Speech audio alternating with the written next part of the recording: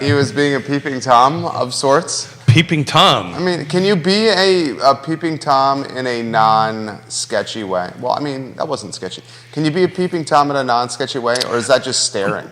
That's staring? No, I think that's staring. No, I think anything peeping Tom is bad.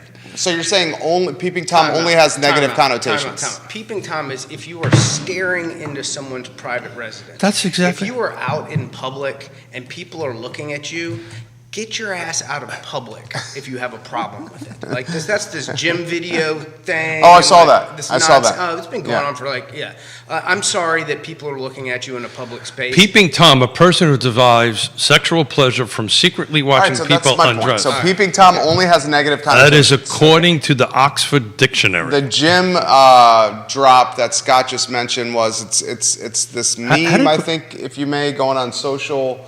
In particular, I'm seeing it on Twitter, where staring at folks that are beautiful at the gym in their workout attire, which is revealing. Is that wrong or right?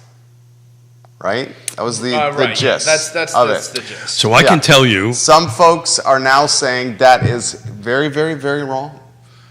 It's just, that you cannot visually admire, if you may. So it's visually admire. I don't know how we got on this topic. It's real talk. But it's real talk. So in my office is the Charlottesville Ballet, and as I walk in and out, I watch the ballet folks. Okay. And the beginning of it, I was like purposely not looking. I looked straight ahead because I didn't want to look over to the right. Okay. And then I said, how stupid is that? These people are athletes, and I wanted to watch their athletes. And I watched them do that. Nobody thought it was creepy. I don't think that's creepy. It shouldn't be creepy. That's not creepy.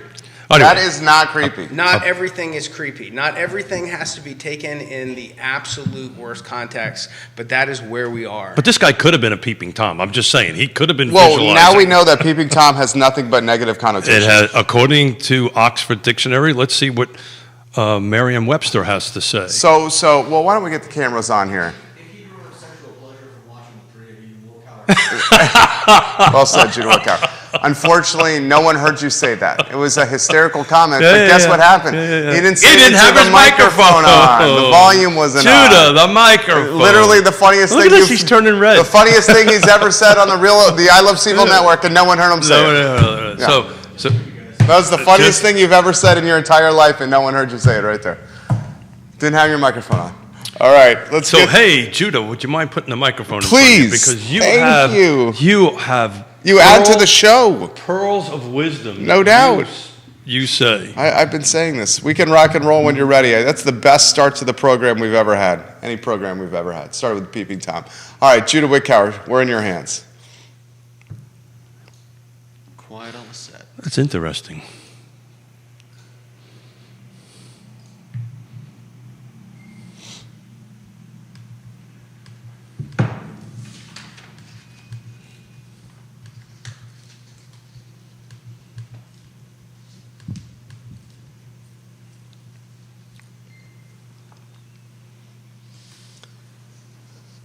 Good Wednesday afternoon, guys. I'm Jerry Miller, and welcome to Real Talk with Keith Smith. Thank you kindly for joining us. It's the show that spotlights real estate, life, the pursuit of happiness, and the connotations of peeping Toms. It's a Wednesday morning. We're live in downtown Charlottesville. We're presented by Ross Mortgage. Scott Morris is in the house. This guy is a friend and certainly someone who knows the business inside and out. Judah Wickower is our well-spoken and very loud director who contributes to the program on a frequent basis. Keith Smith, the star of the show, his namesake website, realtalkwithkeithsmith.com. Good Wednesday morning, Keith. Yeah, I'm still researching Peeping Tom. Sorry. Was I supposed to pay attention? I figured you were. This is how the show started. There was a guy across the street, across the hallway in the spectacle shop that was staring at us through their door. Is that a peeping Tom or not? We've decided no, it's not. Well, it's interesting because Webster says a prying person as a Right, that's the second or third definition. That's why I was wondering. So what he was doing was certainly prying. So that could have been peeping Tom activity. But isn't peeping Tom an actual criminal offense? Is that how they actually write the law? Maybe, yeah. I mean, I don't know. if you're trespassing into somebody's property, and I think that that might be the. Although who knows what they have it written as at this point? That's probably like county to county. So the etymology of it goes all the way back to Lady Godiva, a legendary citizen of Coventry who watched Lady Godiva ride naked. We have the voice of God, otherwise known as Judah Wickhauer, about to contribute to the program. Judah. Virginia.gov. Code, 18.2-130, peeping or spying into dwelling or enclosure. There you go. All right, let's. It shall be They unlawful. define that as peeping Let's Tom. charge that man at the optical place. There you go. There you go. Thank you, And Judah the hell Wickhauer. with real estate. Let's go and do that. It shall be unlawful for any person to use a peephole or other aperture to secretly or furtively peep, spy, or attempt to peep. Most famous abuse of a peephole, anyone remember? In American pop culture history? Scott's probably going to get this. No. Most famous abuse of a peephole. Aaron Andrews. There it is. What? See, I knew you were not going to get it. I knew you were not going to get it. I knew he was. Aaron Andrews was a sports reporter. She was for a ESPN. sports talking head for ESPN and anchor. I was going to say One say shot. Porky's. Yeah. Now a sideline reporter for Fox. She had somehow her peephole at her hotel room inverted or turned backwards. And someone captured video of her in our hotel. I'd say that was maybe 5 or 7 years ago. The things you learn here on Real Talk with Keith Smith. Good morning, Kevin Yancey. Good morning, folks from Crozet, Lynchburg, downtown Charlottesville, Pantops, Keswick, and Richmond on the heat map. Richmond was the topic of conversation on Monday. Scott, listen to this. Keith's daughter, gorgeous lady, youngest daughter of Keith and Yona, lives in Seattle. She's coming from Seattle to Virginia. She has a 2-month-old, 3-month-old daughter. 3 months as of the 7th of this month. 3-month-old daughter. Her husband, and we have permission to talk about this. Yeah, He's- sure, okay. sure. Her husband, Houston, is When a has doctor. that ever stopped us? But anyway, that's, I'm not speaking out of turn. Her husband, Houston, is a doctor, heavy hitter doctor. We're talking the doctor that's He's a making doctor. some real good bank. he Certainly has medical he earned debt. it. He earned it. He earned it, right? They put an offer on a house in Richmond. They're moving from Seattle to Richmond, as you know. This is the 11th offer they put on that a house in Richmond. It was a FaceTime walkthrough In of the rain. house In the rain. in the rain. They're in Seattle. Keith on his phone walking through a house in Richmond. Waive home inspection. Appraisal gap of how much? $75,000. $75,000 appraisal gap, West End, Richmond. They don't see the house in person. $75,000 over appraisal gap, and no home inspection. And what happened, Keith? Lost it. Lost it. I tell you, Crazy market. Back to, well, micro markets matter, and I've been saying this forever, and we'll talk about this a little bit later with Scott. Not forever. I've been saying this since about the beginning of the fourth quarter of last year, that micro markets are going to matter, because if you go 4 or 5 blocks from a different direction of this, it's a very different market. LeVar Stoney, the mayor, did you see the news? I did not. He straight up said, he announced declaration, Richmond, we have a housing crisis. That was 2 or 3 days ago. Well, You're seeing it. we're living it, and we're going to talk about it nationally and all this kind of great stuff. But we are having a housing crisis. I want to make this about Scott today, right? Your contact to contract, you've gotten a ton of contacts, but converting to contract has been super difficult. So this conversation about what's happening in Richmond is non-exclusive to Richmond. It's happening here, very specific locations. Buckingham, we talked about, is quite the opposite, right? But everything else is, if it's priced right in the right location, right features and condition, it matters. So when we talk about adjoining counties, I mean, even in that, in Buckingham, maybe it's a bit of a one-off, being it's a little more remote, but Powhatan, Goochland, Louisa, Madison, Spotsylvania, Orange, these are all areas that it's still hyper-competitive in. Yeah. I think the thing with Buckingham, the difficulty for us anyway, it's like split up to like 4 or 5 different MLSs. It's really, I mean, and really and hard. it gets bizarre. Like when you're just on the other side of the bridge from Scottsville, certainly that's going to be hotter than say there's a national park out there where there's nothing, nothing. So in the department of who number 6th, right? of who's of my famous 6, who's on the other side matters. The 8 of the 11 offers, this was the first agent that responded to me for request of feedback, right? We lost it, please provide us feedback. And she actually did a wonderful job, and to me, puts her in the pro category. Oh, that was as professional. Can I say Go ahead. that? Yeah, I can say this? I don't know what you're going to say. That was as professional a response as I've seen. Absolutely. Yeah. I mean, Absolutely. she did not have to do that. She did not. I asked. Yeah, that was legit. I established a relationship with her. Maybe that's wrong. Business relationship. Mrs. Smith, we're good. Maybe not, but we're good. We're good. She listed out, right? Had 23 offers. Offers between list price and $475.7. Offers between $475 and $1 and $550 was 13. By the way, we were in that category. There was 23 offers. Let me try to make this really understandable for the viewers and listeners. There was 23 offers on this house. The list price was what? $450. How many of the 23 offers had escalators over 450? Over 450, all of them. Okay. How many had escalators over 475? 13. How many over 500? 550. There was 3 over 550. Okay. So it was 3 over 550, ladies and gentlemen. 3 over And 550. we're not even going to make the statement that the agent in Richmond came out of the gate low to solicit this kind of competition. I don't think so. You're basically telling me that this agent in Richmond mispriced this by over 20%. She did not. And So, by the way, this jump isn't in. just this property. I have 6 other pre-approved buyers in the Richmond area shopping between 450 and 700 who this is the story every single week. This sounds worse than Charlottesville. What's happening here? Now, are For your the price, 6... for the price point, it's also neighborhood exclusive. These are people who- West for the End, most- Richmond? No, Really? Midlothian. That doesn't Wow. matter. But when they get locked into a school district or a certain area or a neighborhood that they've decided that is ideally where they want to be. But the problem is, if you want to get into a like neighborhood or a like school district, you're bouncing back and forth to the. It's you can have this problem. In one area and then say, well, I'm willing to explore this and run into the same problem somewhere else. So the reason this looks worse or sounds worse, we're literally having the same thing happen here. Just the volume's decreased. This neighborhood that this particular home in is called Bellevue. It's 1,500 homes, just this little neighborhood within the city of Richmond, right?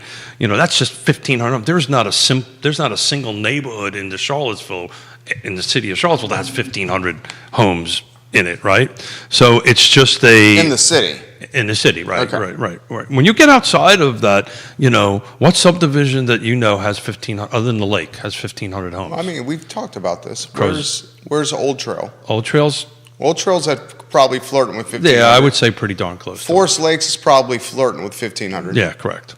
Glenmore's 850. That's half. Yeah. What else? I mean, So there's a half a dozen, I 4. mean, am I missing any here? Are you counting that? How many? What's those townhome units right at the front gate? Of Glenmore? Yeah. That's Rivanna Village. I'm not counting those. And they also have single family detached. In fact, the first units are now trading in that neighborhood. The ones that were purchased are now trading for the first time. Yeah. And we're talking units that were built 3-4 years ago where these people are making 25-30% return on their money in 3-4 years. So here's the takeaway from the beginning of the Richmond conversation. And it's really not exclusive to Richmond. And I want to tie it into this contact to contract thing. Mm-hmm. Stay in the game, right? We're at number 11 for these kids. Literally, when I gave them the news, 10 minutes later, I had, what about this house? What about this house? What about this house? They are staying in the game. They will win eventually. It'll take us a little time, but they eventually will win, and it'll turn into a contract. Here's a question. This is sizzle reel. Here's a sizzle reel for both fellas. This is an important one. Fellas. When in this market, when you are like Keith and Yona, their daughter, is now 11 offers in and is 0 for 11. does your strategy change when you're making offer 12, 13, 14, 15 when compared to offers 1, 2, and 3? Do you want to kick that off? Or would you like me to No, kick you it off? definitely kick that off. So, yes and no, right? Consistency matters, right? But you start looking at, okay, do we now need to start growing our circumference, right? So if this particular neighborhood isn't working, we want to go ahead and go out that way. It's these 6 things I constantly talk about, right? So, if the location that we're at isn't working because price, features, and condition, we're losing it, then we got to kind of start looking at different locations. But it takes a while to get there. In this particular case, we've got time, or we've got till September 1.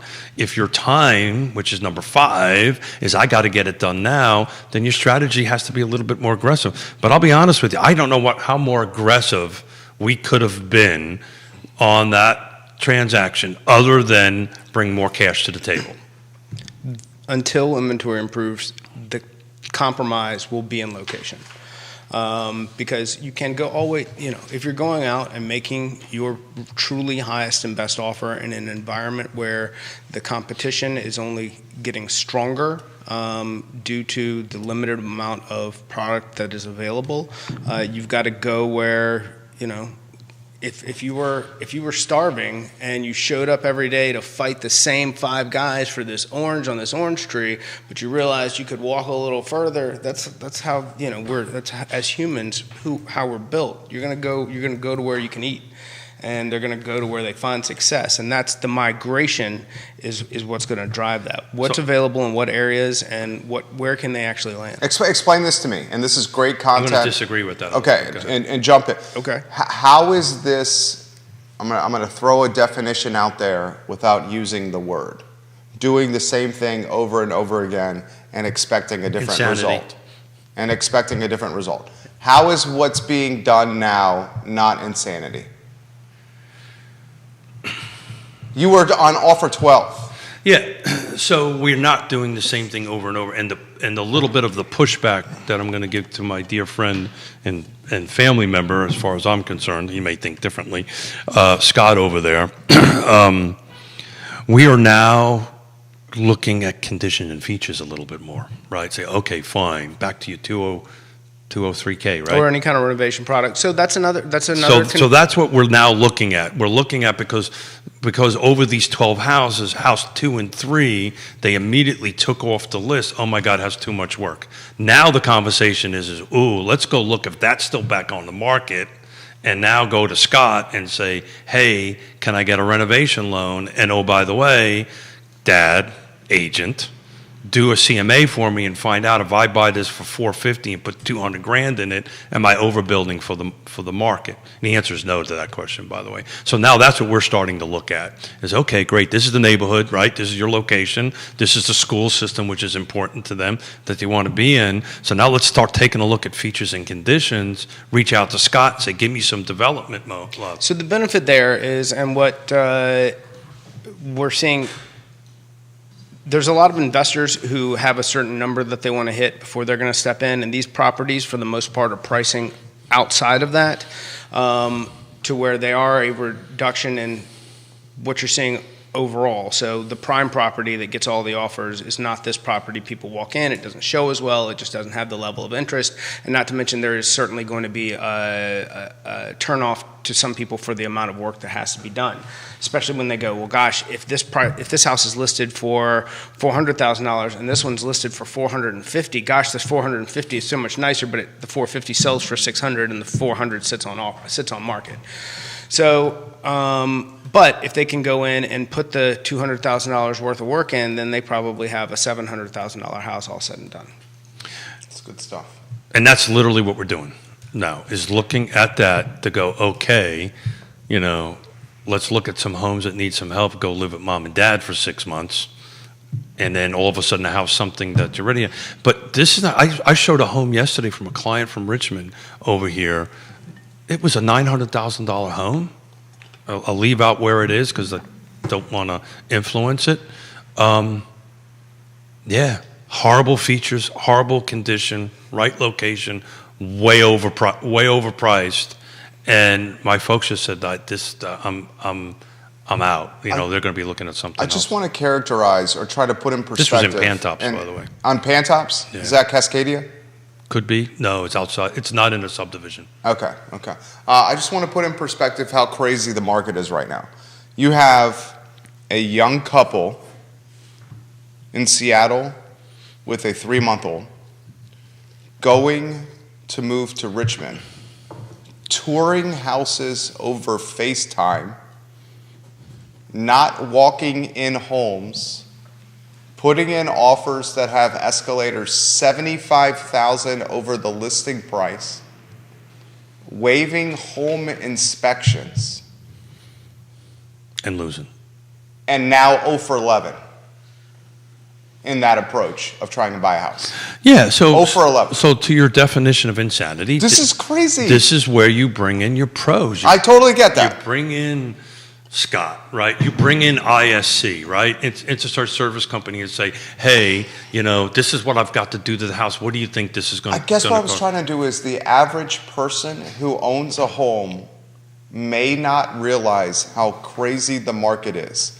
And the only reason I know how crazy the absolutely market not. is Yeah, no. is Totally because not. I'm around you guys. So your average buyer, and that's part of that's part of the inventory lockup.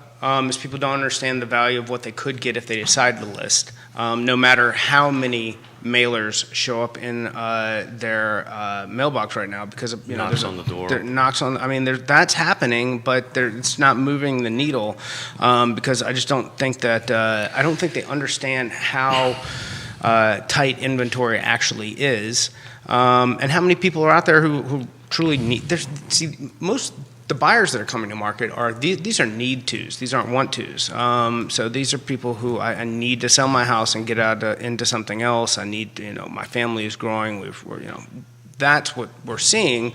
And if they're selling a house, if they're coming from out of market into market, they might be bringing a lot of cash. These are people coming into the market who aren't selling another property, so they're having a hard time getting that foot in the door, because that's what you're seeing bridge the difference or be the winning factor is, okay, I can do all of these things this first time home buyer can do, and I can bring all this additional cash from this property I just sold. But that's even getting hard to do. This buyer from Richmond, I can't believe they did this, but their real estate agent in Richmond convinced them to sell their house, which they are closing on. The buyer in Richmond who's bought the house that your daughter wanted? No. Okay. This is a different buyer. This is the one that I showed last night. Okay. That they didn't. They're going to walk out with about $800,000 in cash. They don't have a place to go. This is a retired couple. They sold their house in Richmond because the real estate agent said. So what do they say? 60 days of staying in the house? Rent back? No. No, these people are going to be homeless here in about 60 days. when it So closes. they're playing the game of life roulette of here's $800,000 in my bank Yeah, account. and Give they're- me a place to live. And their answer is I'll just go rent something and put it in storage and wait for something to come up, which is what a lot of buyers are out there right now selling it. This is the first time I've heard it from Richmond going this way, by the way. It's just in my little world. But that's what's going to happen. Just thinking of my friend Kevin Yancey, city of Waynesboro, the cheapest habitable home is $259. There's three others that are like a 69, 139, which are literally you can't habitate those. But those sales prices are starting at $259.9 and working their way up to $715. There's 14 homes for sale at that price point. You So got- talk about the other side of the mountain. You got this from Sir Neil Williamson.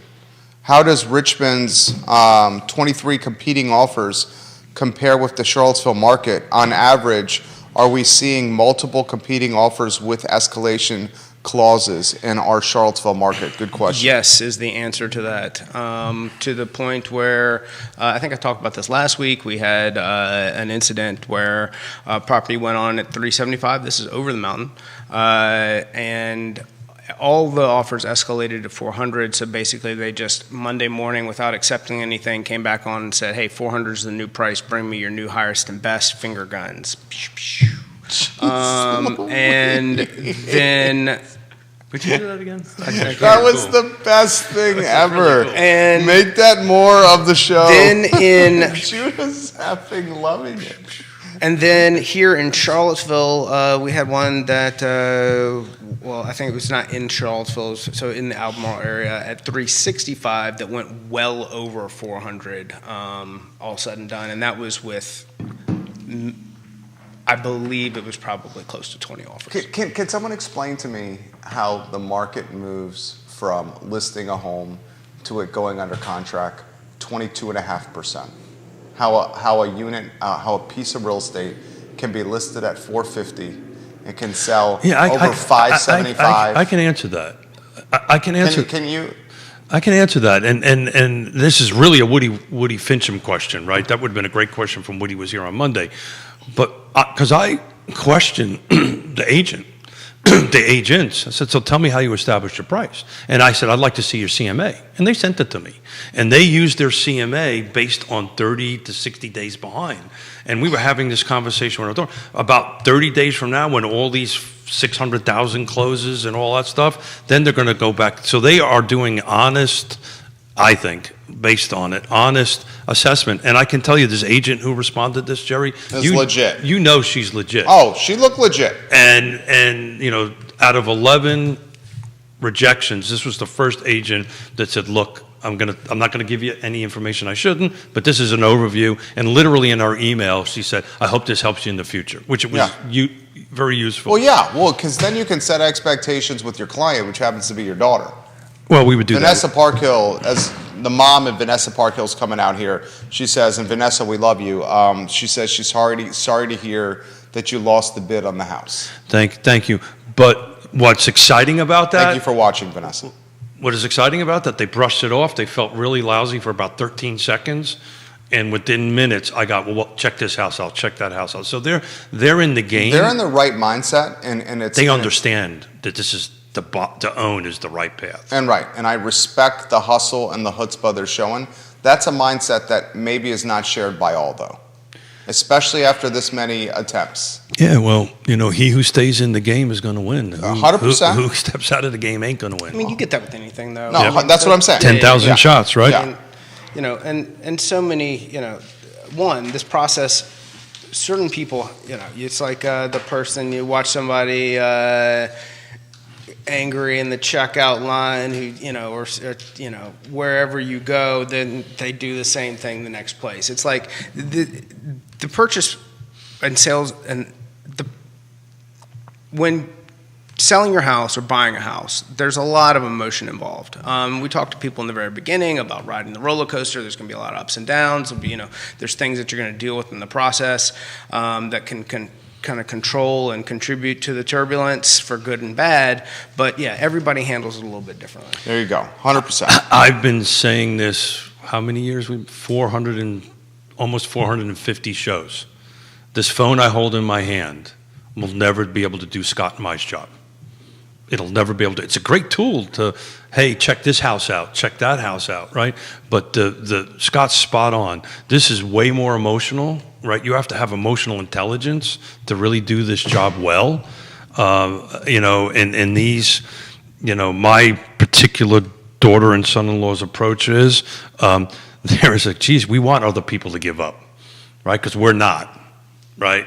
So the more people that give up is the better chance that I have to get what I want, because they're laser focused to make this happen. But they've got a team of pretty trusted advisors that will help them get across the table. How about this from Sarah Beth in Forest Lakes? Sarah Beth, are you, I believe you're Longwood alumni?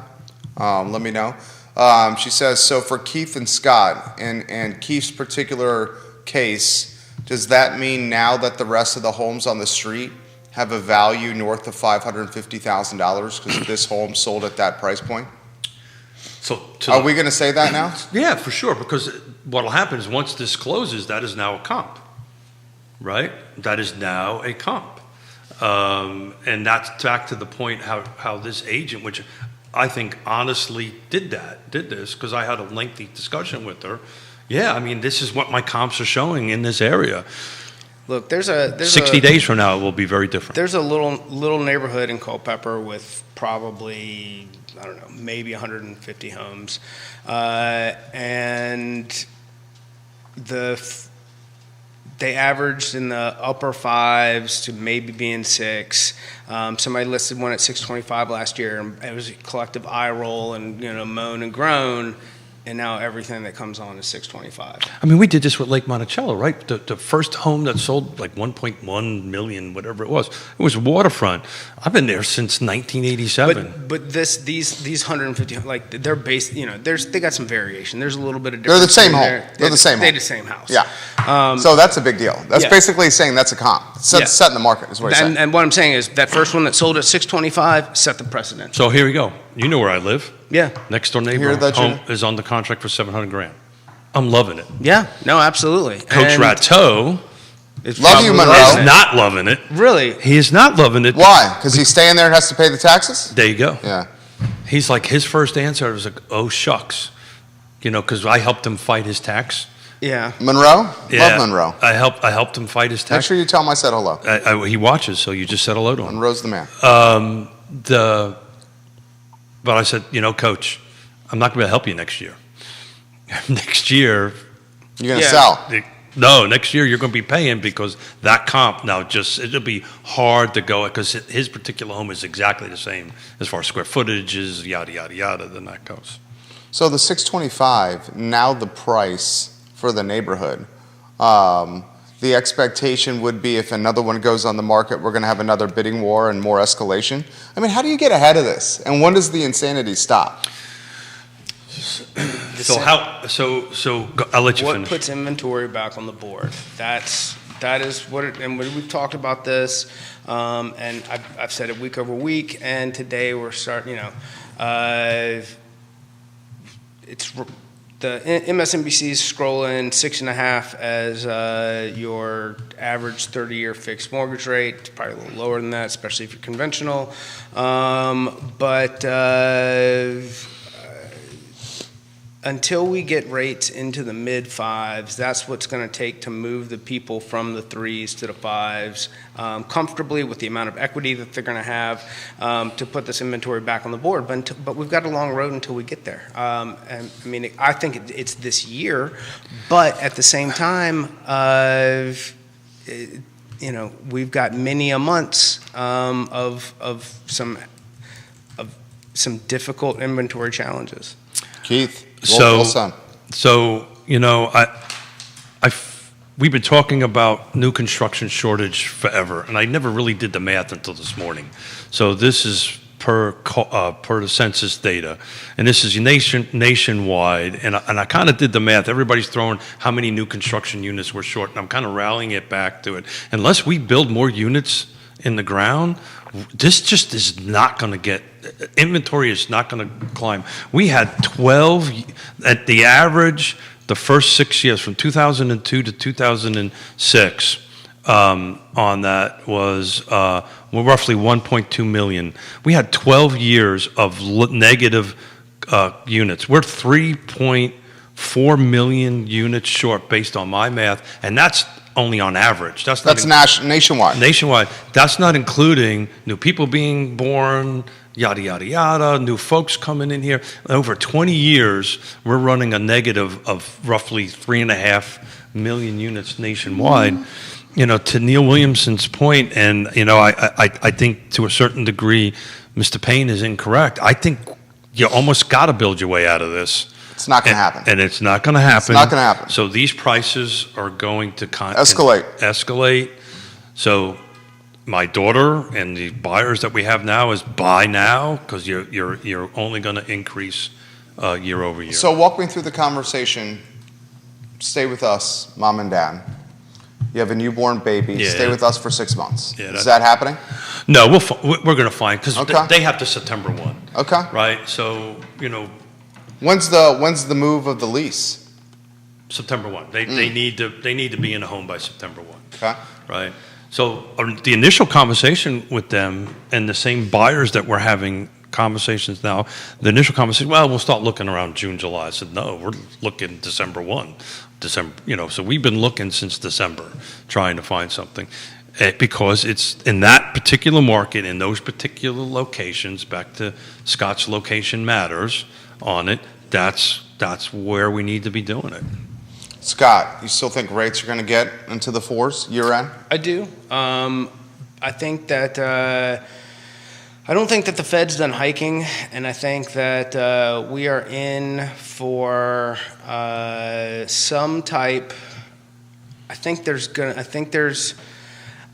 something. And so all these things, whenever there's something that really drastic that happens in the economy, it's always the thing that's not seen, or at least maybe it's the thing that's seen but not talked about. I think that we've got. Maybe we don't get there this year, but we've got something coming when it comes to lenders who hold car loans and potentially certain banks with credit cards at some point. That's my prediction. I think What's that mean? I think that's where you're starting to see delinquencies pile up, and the cost for. So cars themselves are starting to increase again in the secondary market, meaning like what dealers pay at auction for units. Because when they went through the production problem and the enterprises and their lease units, so their high-end leases didn't get picked up because there was nobody buying new cars. So those cars aren't being circled back into through the dealers and through Manheim, like the big national auctions. And then the enterprises and the Hertz and all of those, they were going direct to dealer to buy new units, and they were also purchasing extremely high mileage units out of the auction market. So the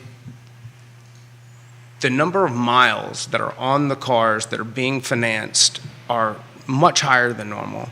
So you're going to be seeing increased amount of auto repairs, and typically people are always going to, the last thing that someone's going to walk away from is their auto loan because they got to get to work.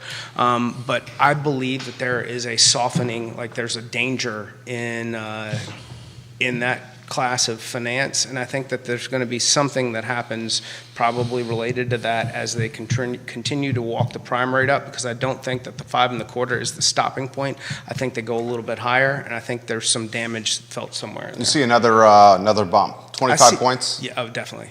Oh. I see two. Two 25s? Yeah. Wow.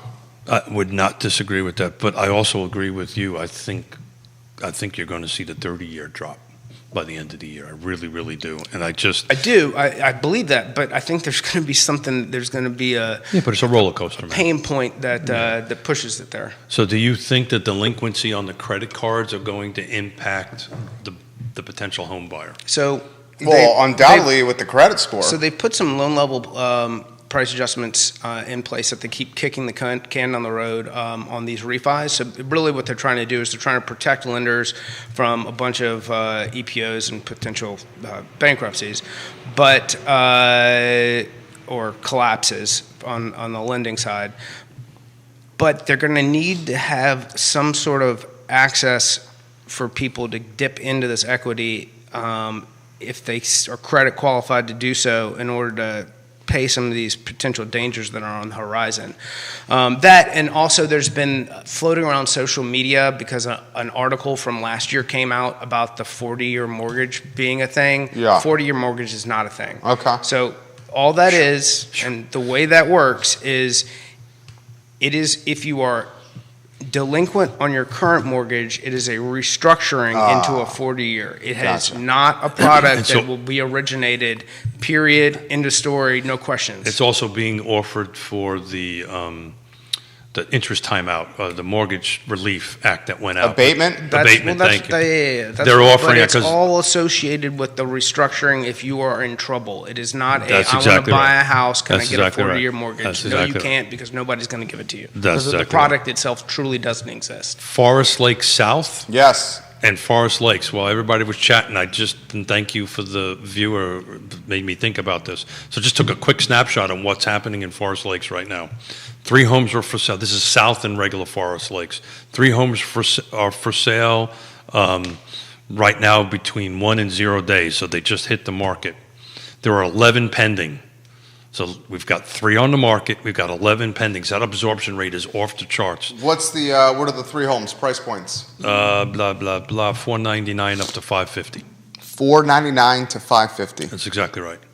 But what's interesting, the median pending price, not sales price at the moment, the median pending price is $540, 4 days on market. And that 4 days is a little bit not telling the true story, because typically those homes are under contract a day or 2 before they actually hit the MLS. So that 4 is probably really 2 from the time that it went on the market till it went under contract. What sold beginning of the year to now in Forest Lake South and regular Forest Lakes, median sales price is $476, 27 days on market, ranging between $374 up to $605 on those 12. So beginning of the year, so that's for a month, right? You've got 3 on there. So if you do your absorption rate, we're on a negative absorption rate, that there's more homes going off market than are coming on. But we got 11 in the pipeline to close. So I can't be the only one thinking the way I'm thinking about today's CPI data, because we came on and it seemed like good news, and the U.S. 10-year had a huge swing. Now we're basically neutral. Like, it's back to nothing has moved at all. And I think that if you dig deeper into what came out today, the news is less positive than we expected it at 5.1, and it came in at 5. Like, it's not as declining as it seems. But it's all about the headlines, right? It is all about Right, the Wall headlines. Street CPI rose to 0.1% in March and 5% from a year ago, below estimates. However, Scott says that's a deceiving headline. They keep playing with what goes into the numbers. It excludes food and energy. Core CPI accelerated 0.4% and 5.6% as expected. Energy costs fell and food prices were flat. Used vehicle prices declined. 0.6% increase in shelter costs was the smallest gain since November, but still resulted in prices rising 8.2% on an annual basis. That's the headline, and he's right. Market's neutral right now. You would think they would have moved much more positively, to Scott's point. Keith. Well, the headline in Wall Street Journal, inflation eases in March, but when you actually read through it, it's exactly as Scott has said. I think my question is, do you think the 2% is even reasonable that the Fed's trying to get to? Is really 2%, maybe is 4% the new 2%? So they can't come out and say that is the problem. I think we can, though. We can. And I've said all along, I think 2% is a pretty Impossible. ambitious goal. They printed too much money. There was too much. And that's what has created all of the monsters that we're talking about right now. So the Fed is trying to negotiate with the American people, right? I don't think this is a negotiation. I think they are. This is a pretty one-sided discussion. Well, it's a negotiation tactic. This is do and they will suffer. Well, I get that, but it's an emotion. It's like, okay, if we throw out 2, right, and all of a sudden it becomes 4, right? Everybody's now. I don't know. I don't think we'll ever meet 2. I think 2 is an unrealistic number. I think everybody knows that, except for them. Neil, this is an interesting comment. Neil Williamson, Free Enterprise Forum, President. We love Neil Williamson, support his work, President, Free Enterprise Forum. Jerry, Scott, and Keith, I'm interested in the other side of the build your way out of it discussion. If government encourages the market to build less or the same number of units, what do you predict will happen to housing prices? Ask that question again. I'll do specific. If government encourages the market to build less or the same units, got it. So what do you predict will happen to housing prices? Isn't the government already disincentivizing growth? Depends on the jurisdiction. In Albemarle County, they're limiting growth to 5% of the entire area. How long does it take City to of get Charlottesville. How long does it take to get a project done? city, it's improved. Permitting has improved. Albemarle County, you can make a legitimate argument is trying to limit growth. I agree there. City of Charlottesville, you can make an argument they're trying to improve growth with upzoning. And both jurisdictions, Charlottesville and Albemarle County, have improved permitting. Their concept of growth through density is it works for units. It doesn't work for value. I think, again, What's that mean? it means we can have more units. Oh, I see what you're saying. Meaning we can have condos and we can have some projects that through time, this one's really nice, and then 20 years later, if it's in the right place, it's still really nice, but if it was a nice thing in a bad place, or there's any demographic shift, it's this building that's run down that nobody wants to live in and nobody wants to buy and renovate, and it becomes an eyesore. Look at every single metropolitan area that you want to model yourself after, and they're littered with them. Keith, So I'm going to steal a quote from Sir Neil Williamson. All this requires a ready, willing, and able seller. A seller needs to agree to sell land in order. Forget about the regulatory side of it. If you can't get a seller to agree to sell a piece of property at a reasonable price, and I know this world because I'm in it, Yeah, right? you are. So that starts there, and that is extremely difficult to do. What's reasonable price? It's what the math works out to be, what the market is prepared to pay for it. To directly, Is market rate reasonable rate? the market is the market. It's whatever the market is prepared get to that. pay I get at that. this point. But directly to Neil's question, without local governments and state governments, for that matter, we're going to have this conversation with Dave Norris on Friday, without state government encouraging or helping new construction, prices are just going to go up. I did it in an infantile way, but we are so short on units, and I'm not that smart, but I'm smart enough to know that less is more. If I got less units that are coming in, my prices are going up. You know, if And that's just the way it's going to be. This is for you, Neil Williamson. Literally for you. This is for the Matthew Gillikins out there, the Neil Williamsons out there. This is for the land trusts out there, the housing advocates, the stakeholders. If you want affordability in Charlottesville City, you know how Charlottesville City gets affordability? They make Albemarle County's development area expanded. Now, Charlottesville cannot have any influence over Albemarle County whatsoever, but Charlottesville's affordability is directly tied to Albemarle County expanding its growth area. It's a rubber band. Because if Albemarle has a bigger growth area, we have more units, that'll create affordability for Charlottesville. Charlottesville's landlocked. It's not going to build more inventory. Well, It's not going to get more inventory anytime soon. And Neil can probably have this data more than I can.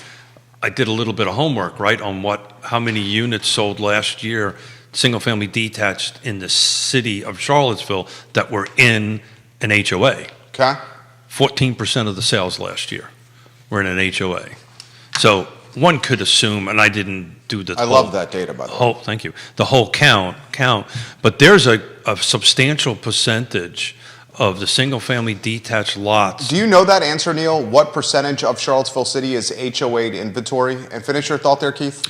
Yeah, I mean, you literally have to go in and physically go through the whole thing. I just pulled a quick sale scenario. What sold last year, single-family detached, what was in an HOA. And there was 14% of the total number of sales last year were in an HOA. So those 14% are going to be excluded from any of this upzoning.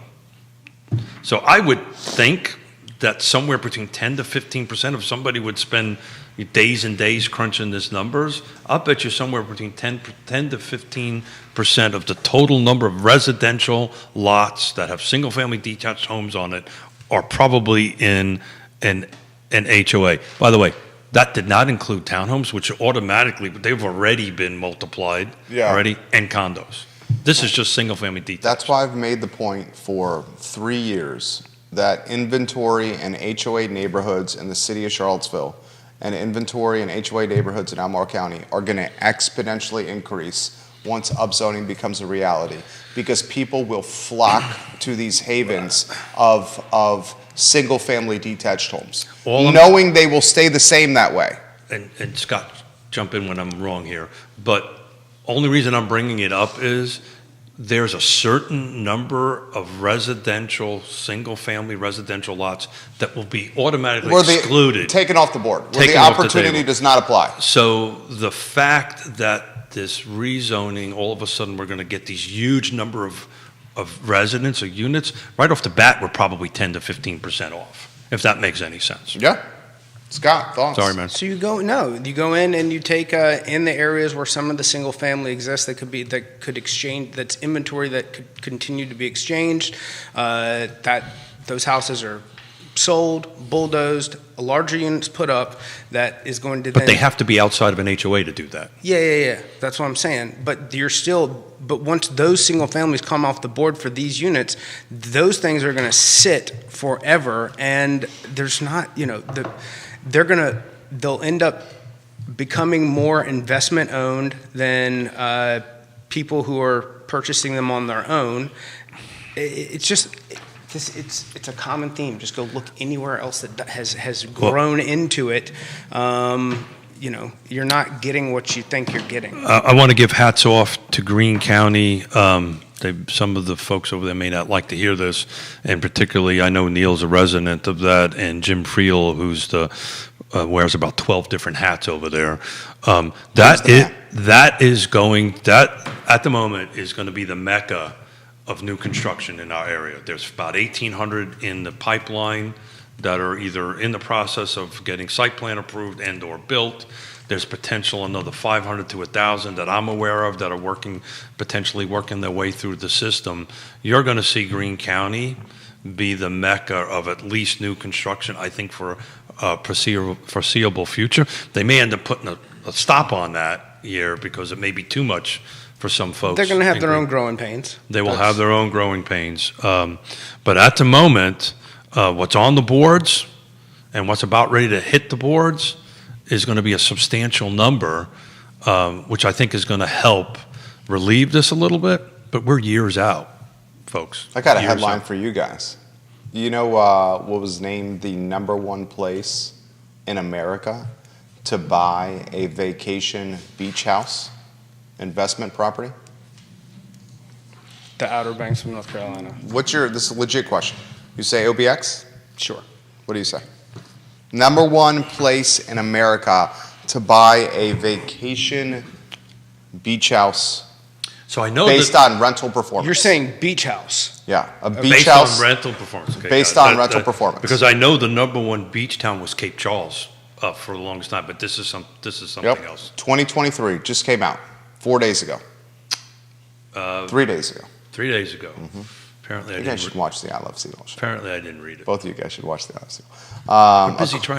We're busy trying to get homes under contract, sir. According to Vacasa, which is a rental management platform, Yeah. I'm aware. you know. That's who I use them personally. not all the folks know Vacasa. It's Lake Anna is #1. See, you said beach house. I was Lake going to say Anna, Lake Anna. You the said #1 beach house. place. I made you say beach house again. Beach house. It's what a trash headline. #1 place, Lake Anna. Misleading. Cap rate over 12%. Median Why- list why- price did he tell you why? 385,000. There you go. And listen to this. This is That's why. obscene. Are you ready for this?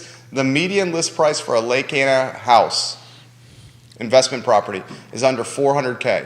The median rental revenue, what do you think it is a year? Revenue? Yeah. $40,000. Yeah. What do you think? I was going to say between 40 and 50. 70 G's. Yeah, there you go.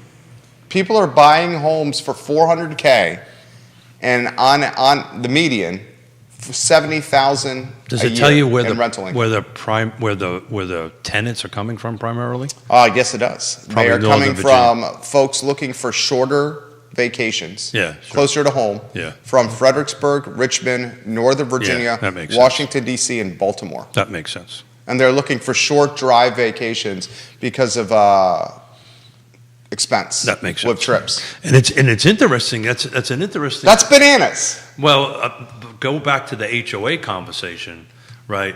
Some of them are like the thing about Lake Anna.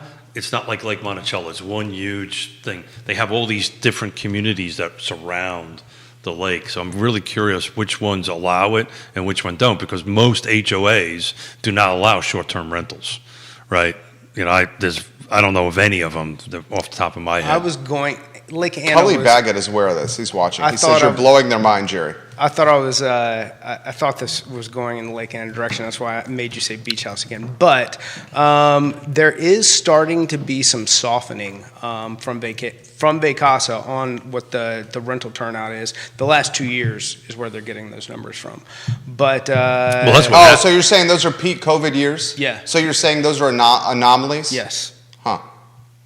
And you're saying it's softening because of the obvious headwinds, credit card debt, inflation, Yes. dollar not going as and far, after yada, COVID, yada. everybody got to bleep out and traveled and maybe Spent their money, blew their wad essentially. And now we're back to Americans. Are we back on Peeping Toms? Yeah. Now we're and back to I'm credit not card debt. saying that Lake Anna is going to. I'm just saying that what they're going to see in I'm curious what that is. potential short-term rentals is going to decline. Is Lake, Kevin, multiple people are saying Lake Anna's overhyped. You guys buy that? I don't do lake stuff, so You think it's busted because it's a lake? it's not my thing. It feels like Buckingham County was a year ago. And I just wrote a What note. does that mean? Well, remember a year What ago. the hell does that What that mean? means, Even Judith says that. a year ago, everybody said go to Buckingham County. And we've looked at it, the prices have dropped, right?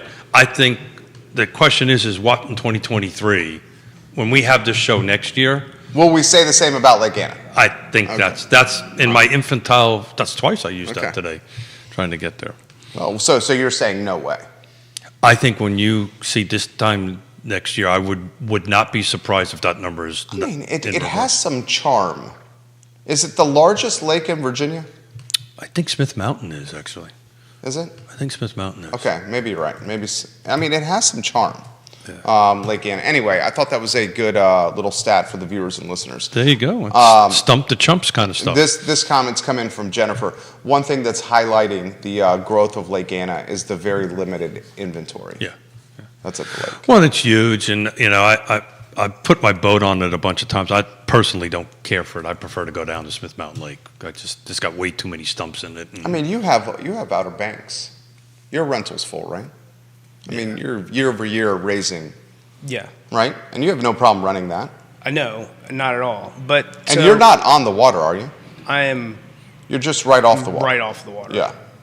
So And you got no problem running it. no problem at all. I don't know. I get the allure of the shorter trip, which is why, I've looked at like more Eastern Shore stuff. Kinsale is a neat little town. Cape Charles, lots of different areas like that. I have no Cape Charles well. Your daughter's watching. My daughter. Yeah. Hey, sweetheart, She's how you leaving doing? comments. She's leaving comments? Yeah. Yeah, what did she say? And she says, I thought the show was supposed to end at 11, Dad. No. I said 11:30. No. I said- Actually, technically 11:15. I said I put in air quotes. I don't think I've ever left earlier than 11:30. So I put in air Technically, quotes. we're only supposed to go to 11. He persuaded us to go to 11:30 each day. Technically, according to the contract, it was a 45-minute show. That's what I said, 11:15. No, that would be 11. Yeah, that would be 11. Go spreadsheet, That Smith. would be 11. That would be 11. How many years have we been doing this? Yeah, long enough. Okay. What contract? We don't got a contract. 4 or 5 years. Badges? I don't need no stinking badges. Titles. Executive producer? I don't need no titles. I've lost that title a long time ago. You are the executive producer. She is in Leavenworth, West Washington right now. Ask her a question. Contribute to the show. yeah. You were great on the show, by the way. She was, and nothing.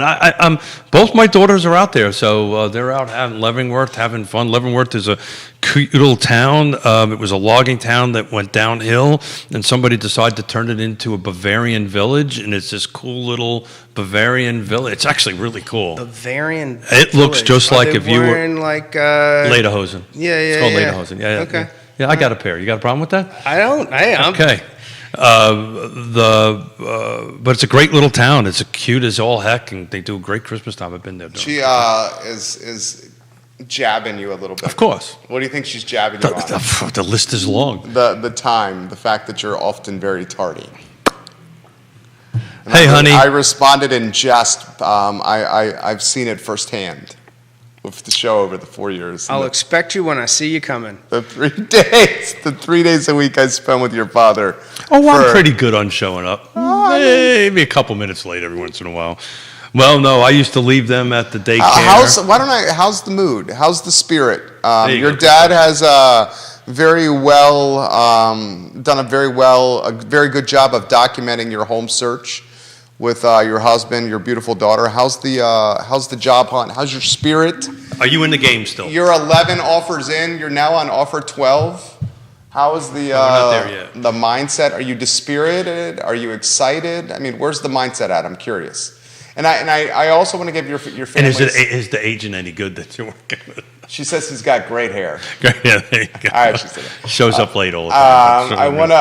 I'm also curious in your mindset of putting an offer on a house when you live in Seattle and you've never walked through the house. You've only seen it via virtual tour, and you put in an offer $75,000 above ask with no home inspection. I'm curious of the mindset there. And her situation is a little unique because she's got my eyeballs on it, right, on that end of it. To be honest with you, if we were going to win that deal, they were going to. I already asked Yvonne. I said, if we win this, and if the next one we win, they're going to fly over. I want her to fly over, and we're going to go get into that home and bring a home inspector. It's not going to be part of the loan of the contract process, but we're going to get into that house and take a look-see at it just to make sure, if there's anything they need to repair, they know what it is before they actually take possession of it. But if she comes down in April, having her on set to answer this question, Oh yeah, you should. and she'll do it. She'll bring little people and the little person, and I'll sit the little person on my lap, and we'll have our granddaughter number 2 on site. But they have the right attitude, and that's the attitude that one should have. And she's also learning because she's studying for her real estate license. She says she trusts her realtor. That was a mistake. I trust my realtor. And Neil She says, must be talking about mom. Neil says, for the record, fellas, the 10 biggest lakes in Virginia.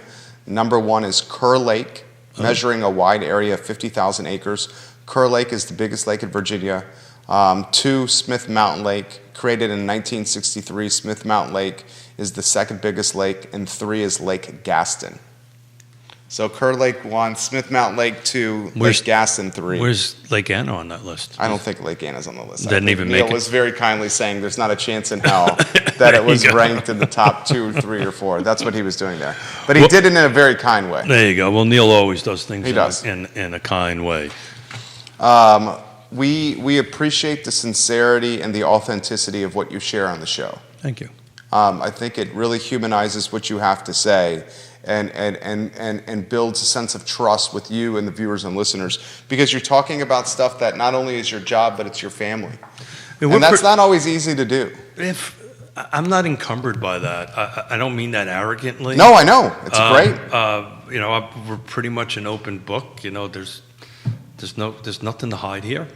We're very open, and Scott knows that. He's been around my family long enough to know that that's kind of way life is. We're very open. We don't keep anything hidden.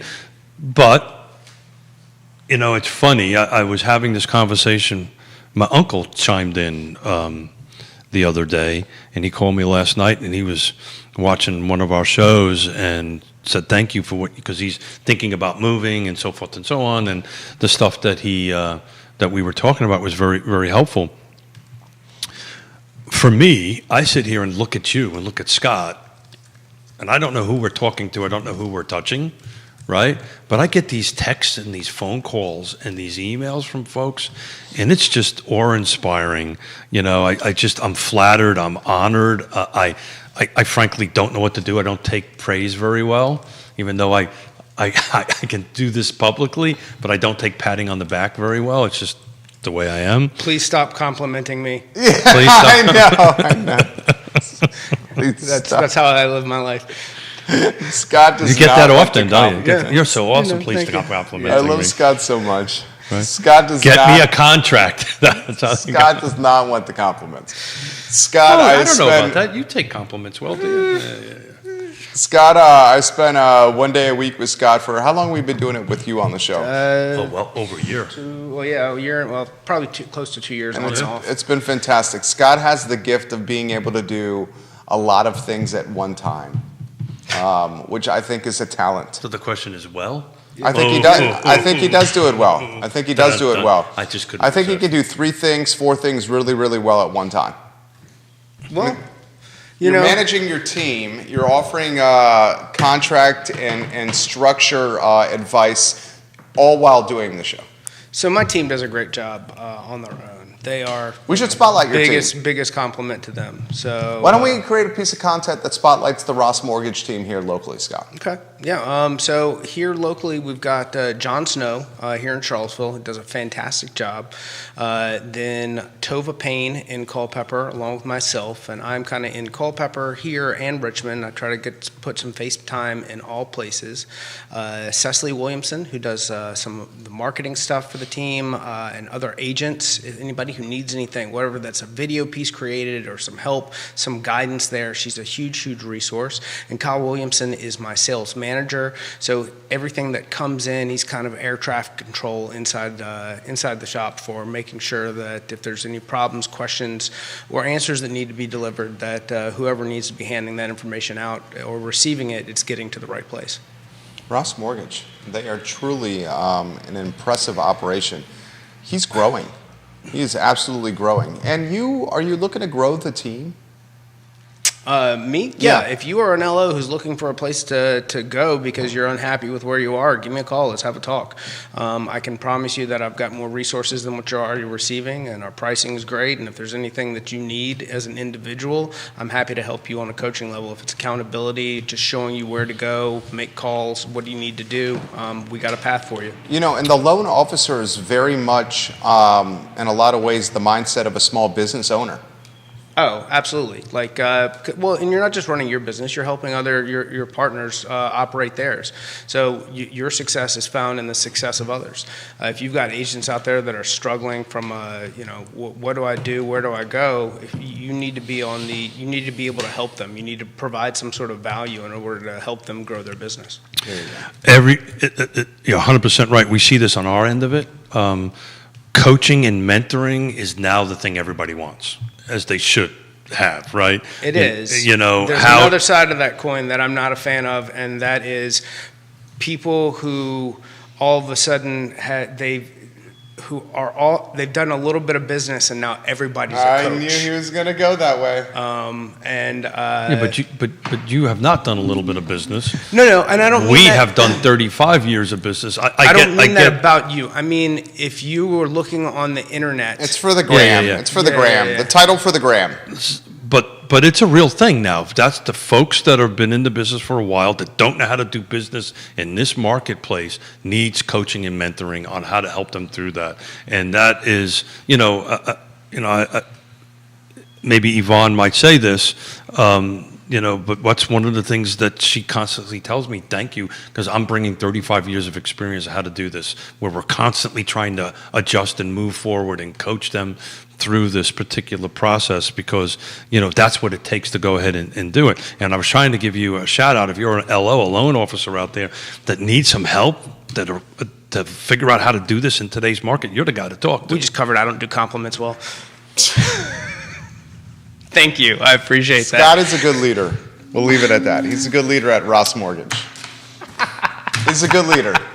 Scott and Keith have decades of history. Yeah, think? They're family. They're undoubtedly family.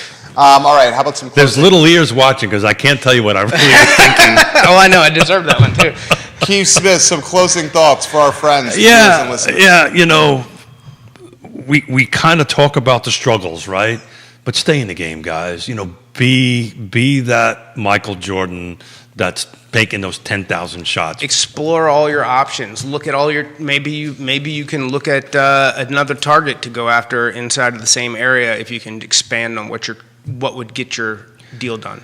Brian asks, is there a radius that your son-in-law has to be within his job? Yeah, there is. Yeah, Yeah. there is. Yeah, that's a doctor That's thing. why folks are asking about the tight circumference or the tight area. It's you're a going doctor Most thing. of the doctors have to be within, is it 35 miles? I believe it's 30 minutes. 30 minutes, okay. Yeah, so that doesn't quite correlate to miles on that end of it. But look, just to kind of chat a little bit about them real quick and just kind of wrap up on that, because the question was asked, should we just stop and rent for a year? I think I asked that. No, from them to me. Right, and I also asked that on the show. And the answer today is no. Maybe in August, if we don't, then we got to really I mean, start. the market may start be looking. really different in 1 year. I don't think it's going down though. So it's an ever chasing ball going forward. To Scott's point, if in 1 year rates are 1.5 or 2 points lower, the buying power is greater. Without a doubt, for every point drop down, you can do what? To Keith's point, countering what I just said, 12 months from now, we may have 10 or 12% more value appreciation, which is going to take some of the gains away from the 1.5 More drop. people that are going to dive back Right. in the thing. It's a mess, man. This is a mess. But it's also a cash problem too, I totally get it. because we And look. it's also a location problem. The location that you guys are targeting, But this is It's not one of the hottest. exclusive. So this I is not- sent you an article on something that we had talked about last week. it was and- fantastic, that article. And it part of what we're talking about, and Jerry saying, well, in a year, could we have more inventory? And the short answer to that is no, because there's a part of the trap is there are people who bought at 3% who wouldn't qualify at 5%, so they couldn't sell, take their proceeds, put it down, and be in a better place. They would just have more expensive, so it wouldn't make sense for them to make that move to begin with. And it would extend, and to his point, it would extend the mortgage 30 years, and it would uptick the debt service. So you would go from a longer mortgage and a greater monthly payment to basically a lateral move. So this is- It would be a lateral move. It may even be a downward move. so Longer mortgage, more debt payment, crappier house. So we don't have enough homes. We're anywhere between 4 and 6 million short, figure, whichever math you want to use. The 2% to 3%, unless they have to move, aren't moving. So inventory's getting tighter. And we looked at it for their marketplace. They'll blow 40 grand in cash for 1 year. So get into something that maybe not be your forever home, but get started. You talk about this. How's it 40 grand? There's over $3,000 a month for rental in the areas that they need to be in over there. Plus I'm the not moving. I'm not that smart, but that's pretty close to 40 grand, Yeah, then depending. the moving costs, yeah. The moving costs, you got to move twice. Yeah, paying, yeah. You totally. know, That's blah, 40 blah, grand. blah, blah, and you're losing, and you're chasing an ever increasing dollar Target. value. Yeah. There you go. Real talk with Keith Smith, guys. Buy a home. Buy a home. Buy a home if you learned something. And if you buy a house, do it with Keith as your realtor and with Scott I actually- financing it for you. I actually do this for a living. He does it for a living, both these guys. Scott, Ross Mortgage, Keith, Yes Realty Partners, Judah Wickhauer, Director. I'm Jerry Miller. I Love Seville Show, 1 hour. Thank you kindly for joining us. Take care. That was a good show. Thanks, Scott. Excellent work. You're welcome. Peep and Tom. Yeah. Nicely done, boys.